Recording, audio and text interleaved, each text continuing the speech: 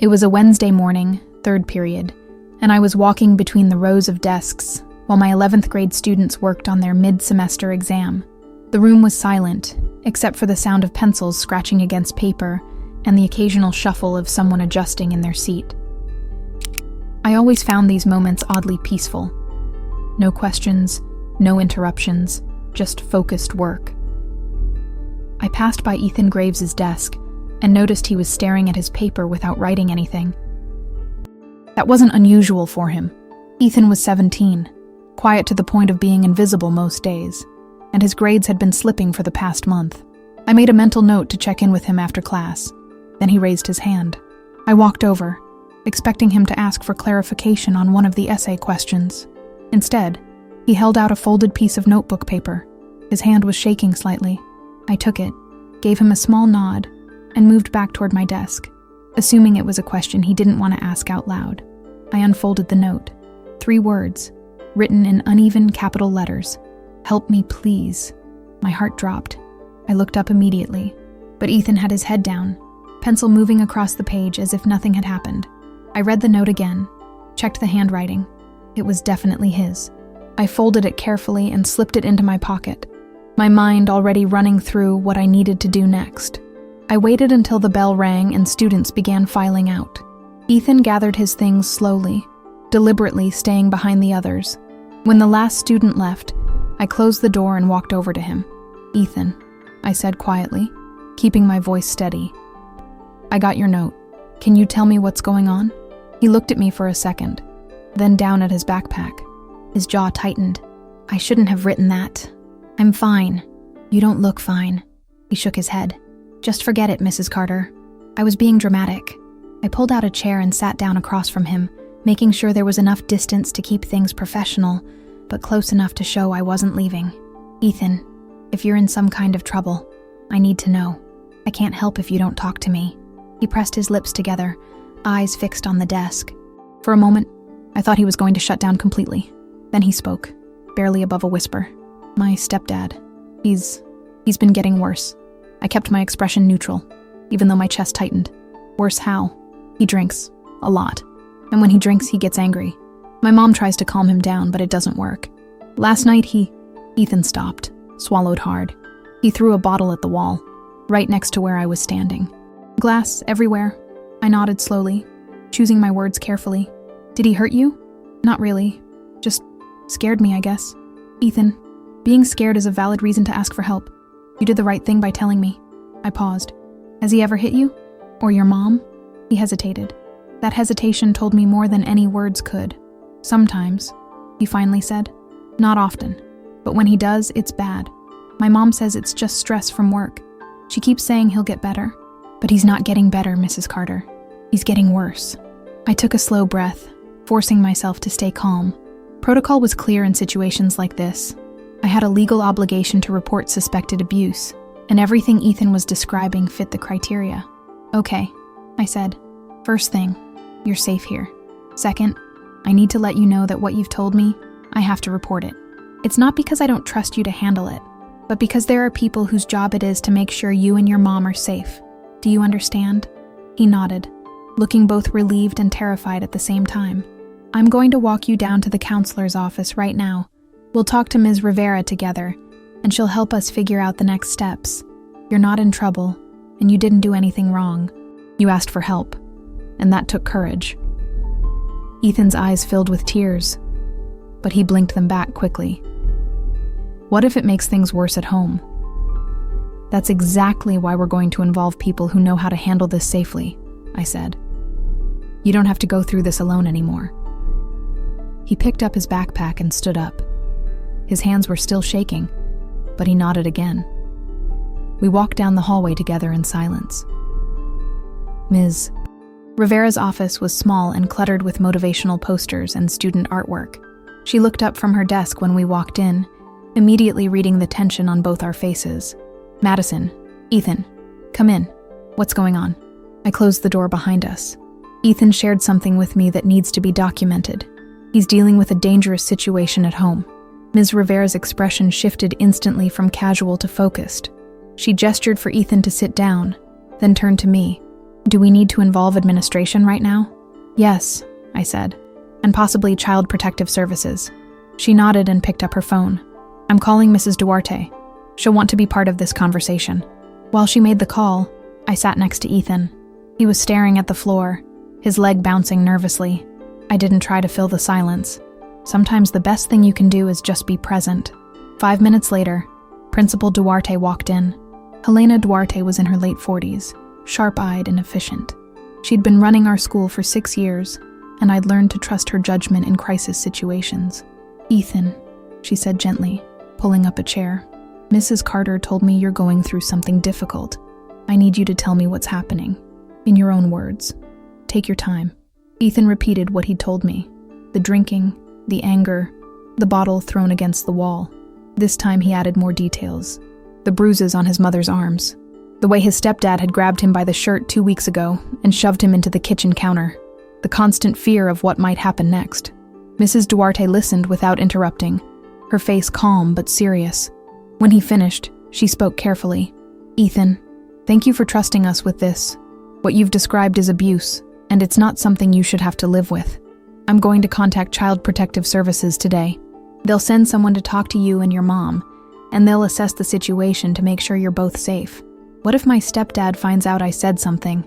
Ethan asked, his voice cracking slightly. That's a valid concern, Mrs. Duarte said.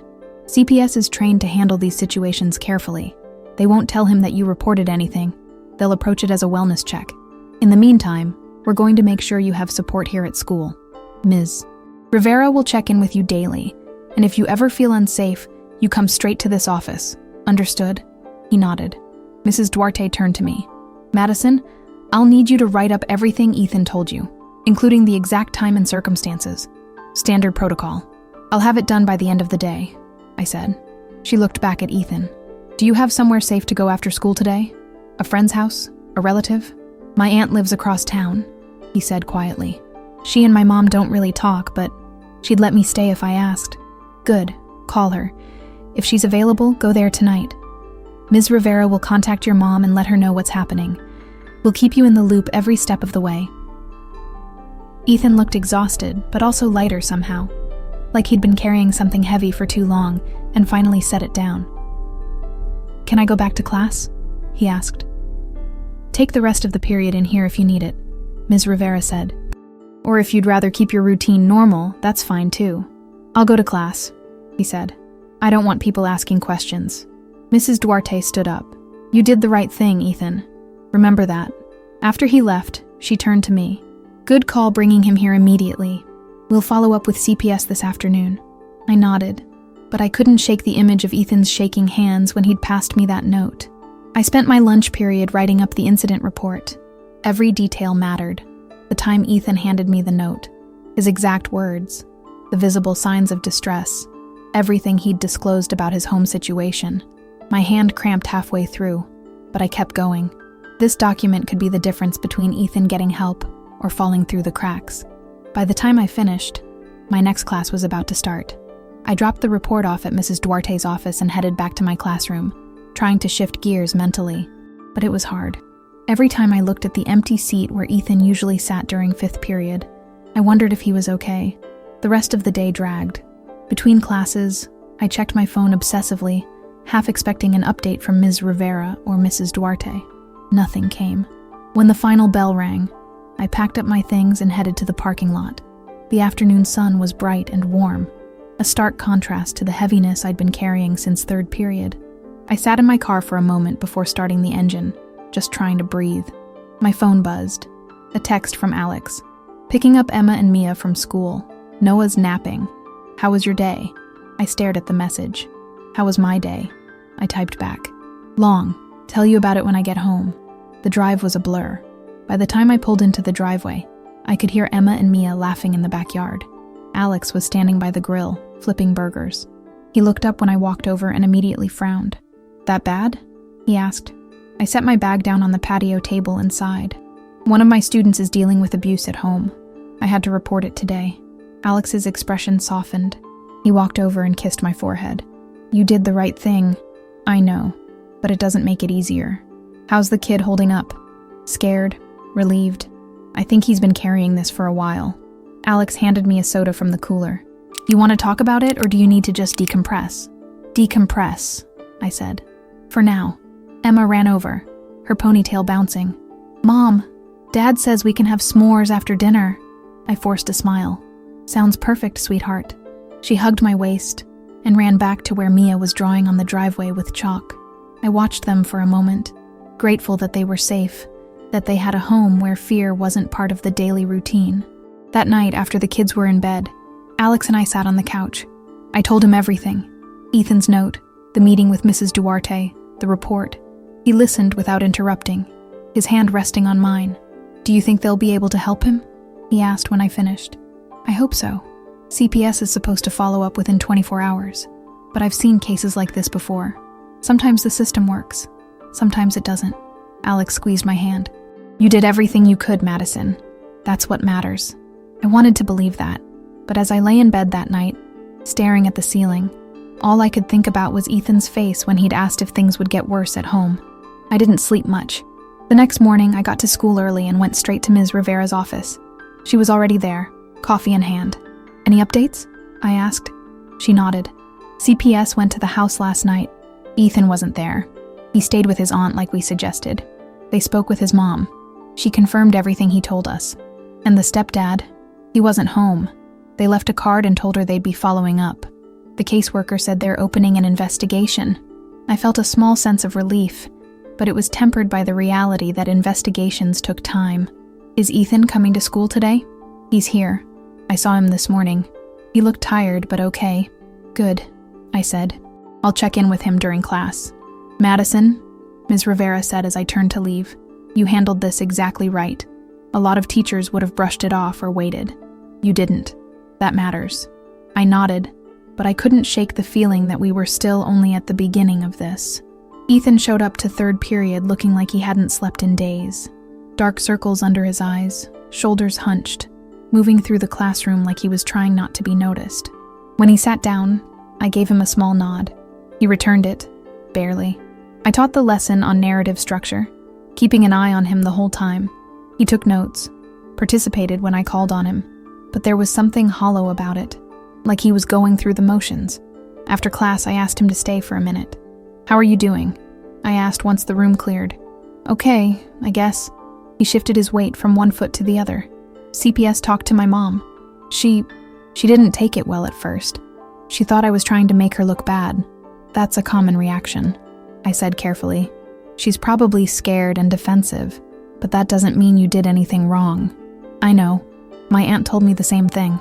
He paused. CPS wants to talk to me again tomorrow. Officially. Like with my mom there. How do you feel about that? He shrugged.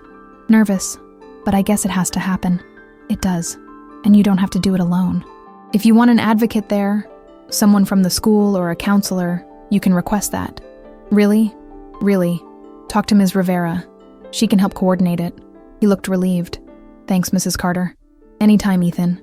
Over the next few days, I watched him closely. He seemed steadier, less on edge.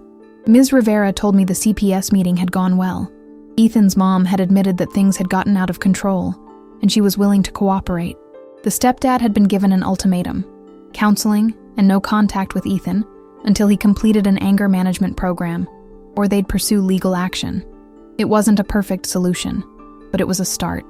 Then, on Friday, something shifted.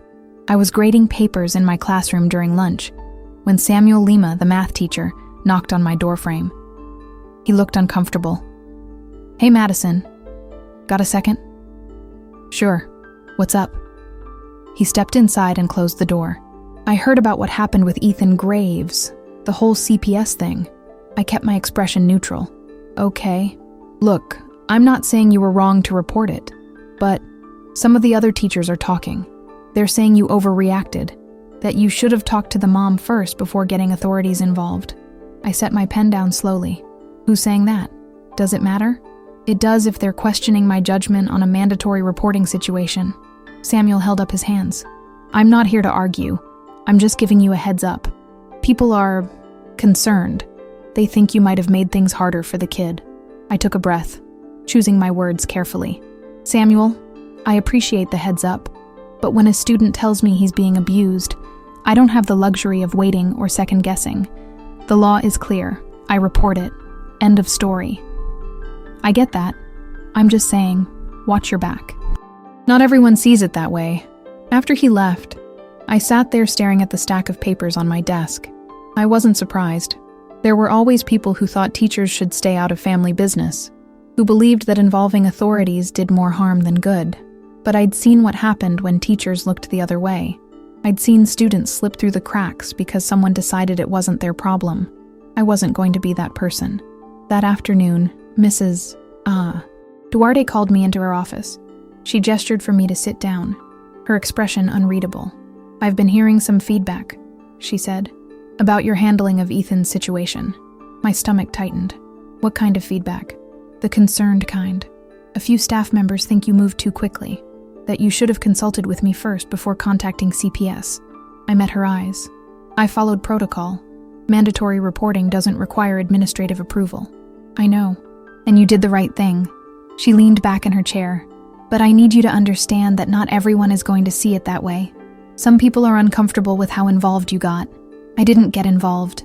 I did my job. I know that. And I'm backing you. But be prepared for pushback." I left her office feeling both vindicated and frustrated. I'd done everything by the book, and somehow I was the one under scrutiny. The following week brought a shift I hadn't expected.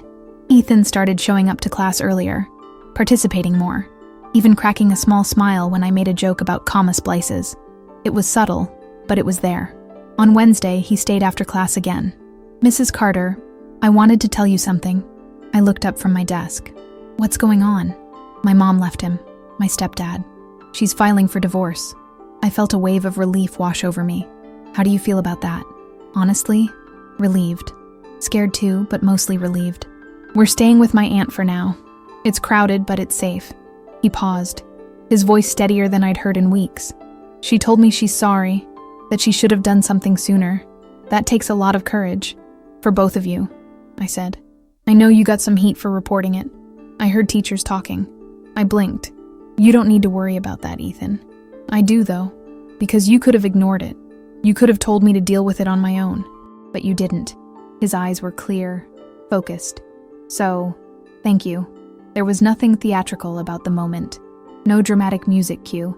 Just a 17-year-old kid acknowledging that someone had shown up for him when it mattered. "You're welcome," I said simply. "And for what it's worth, I'd do it again." He nodded and left, and I sat there for a minute, letting it sink in. That afternoon, I ran into Patricia Noguera, the academic coordinator, in the hallway. She'd been one of the teachers who'd apparently questioned my decision. "Madison, can we talk?" she asked. I stopped. "Sure." She glanced around, then lowered her voice. "I owe you an apology. I was one of the people who said you might have overreacted with the Ethan situation. I was wrong." I didn't respond immediately, waiting to see where this was going. I heard his mom left the stepdad, that CPS is still monitoring the case, and I realized, if you hadn't acted when you did, things could have gotten a lot worse. She looked genuinely remorseful. "You made the hard call, and it was the right one. I'm sorry I doubted you." "I appreciate that," I said, and I meant it. That evening, I told Alex everything over dinner. The kids were at the table too, Emma chattering about her spelling test, and Noah throwing Cheerios off his high chair tray. "So it worked out," Alex said, reaching over to wipe mashed carrots off Noah's face. "For now," I said. "There's still a long road ahead for Ethan and his mom, but at least they're out of immediate danger." "You did good, Madison." I looked at him, then at our kids. Emma was giggling at something Mia said. Noah was trying to steal food off my plate. It was chaotic and messy and safe. "I just did what anyone should have done," I said. "That's the thing," Alex replied. "Not everyone does." Later that night, after the kids were asleep, I sat at the kitchen table with a cup of tea, replaying the past 2 weeks in my mind. The note, the fear in Ethan's eyes, the pushback from colleagues, the resolution, however fragile. I thought about all the students I'd taught over the years, the ones who'd slipped through the cracks because no one noticed, or no one cared enough to act. I couldn't save all of them, but I could save the ones in front of me. My phone buzzed. A text from Ms. Rivera. "Ethan's doing well. Attendance is up. Grades improving. Thought you'd want to know." I smiled and set the phone down. Sometimes doing the right thing meant standing alone. Sometimes it meant facing criticism. But when a kid looked you in the eye and said thank you, it made every uncomfortable conversation, every sleepless night, every doubt worth it. I finished my tea and went to bed. A month later, I was collecting essays when Ethan walked up to my desk and handed me his paper. The title caught my eye immediately. The Day I Stopped Being Invisible. I looked up at him. "Can I read this now?" He nodded. "If you want." I opened it and started reading. He wrote about living in fear, about feeling like no one would believe him if he spoke up, about the moment he decided to write that note during the exam. He wrote about what happened after, the fear, the relief, the guilt, and finally, the hope. The last paragraph stopped me cold.